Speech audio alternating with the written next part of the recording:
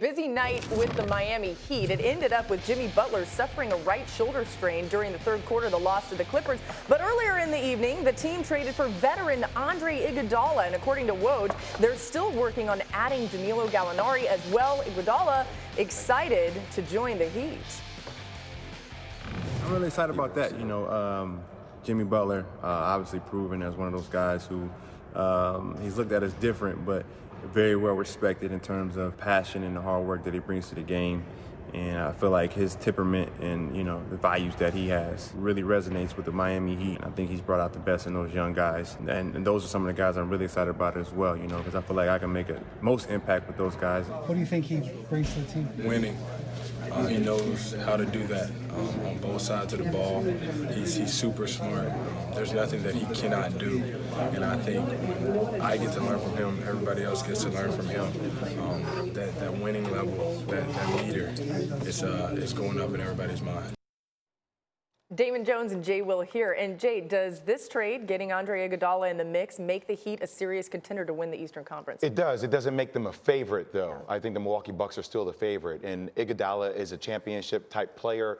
He understands how to win. He brings that poise. But also, I want to bring people back to reality. Last year, he did average 5.7 points, okay? He was struggled with injuries. He is 36 years old. I still think that the Miami Heat are a piece away from potentially being the favorites. If they can get Danilo Gallinari, then they might be in the conversation to be a favorite. What do you think, TJ? I think that they're right there at the top of the Eastern Conference with Philly, Boston, Milwaukee, and the Miami Heat. I think they need one piece, and that one piece is a big. What? Because to win the Eastern Conference, you have to do two things. You have to be able to guard Joel Embiid and Giannis Antetokounmpo. If you can't do either one of those things, then you're not making it out of the TJ, how do you not put the Toronto Raptors in that conversation? They've won 12 games straight. They're second in the East, and Nick Nurse is one of the best coaches there is in the league right now. When it comes to playoff time, you need that guy that can go out there and get you baskets. Pascal Siakam?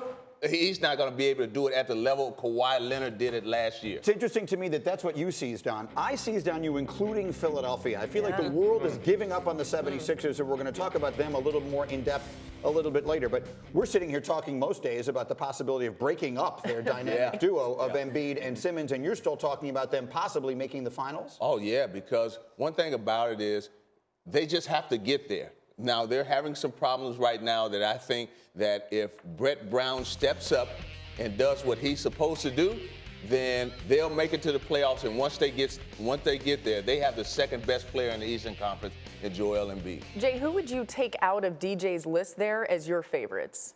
What do you mean favorites? To put the Raptors in as a favorite to win the East. I would probably take out the 76ers as of right now. Yeah. What? As of right now, just because I think there's a lot of. They have the second best player in the Eastern Conference. Hey DJ, look, I'm the guy that picked them to win the whole thing at the beginning of the year. Okay. I see that, but I still think Brett Brown has to make some decisions to get Joel Embiid the ball at the right places. Right. And that comes with coaching and Ben Simmons and some of the pieces they have. I'm not saying they can't get there. I'm just saying they're not there right now. If I were to, I don't know that I agree with DJ, but if I were to pick up his argument, I would say that at no point in the game's history that I can remember have we been in a place where what I think the regular season is and the postseason is more different than it is right now. So I can see the Sixers being a disaster based upon the health and all that kind of stuff during the regular year and still being a very tough out in the playoffs. I will say this, getting Alec Burks and getting Glenn Robinson III really helped them from a shooting perspective because that's what this team struggles with spacing. Let's say this.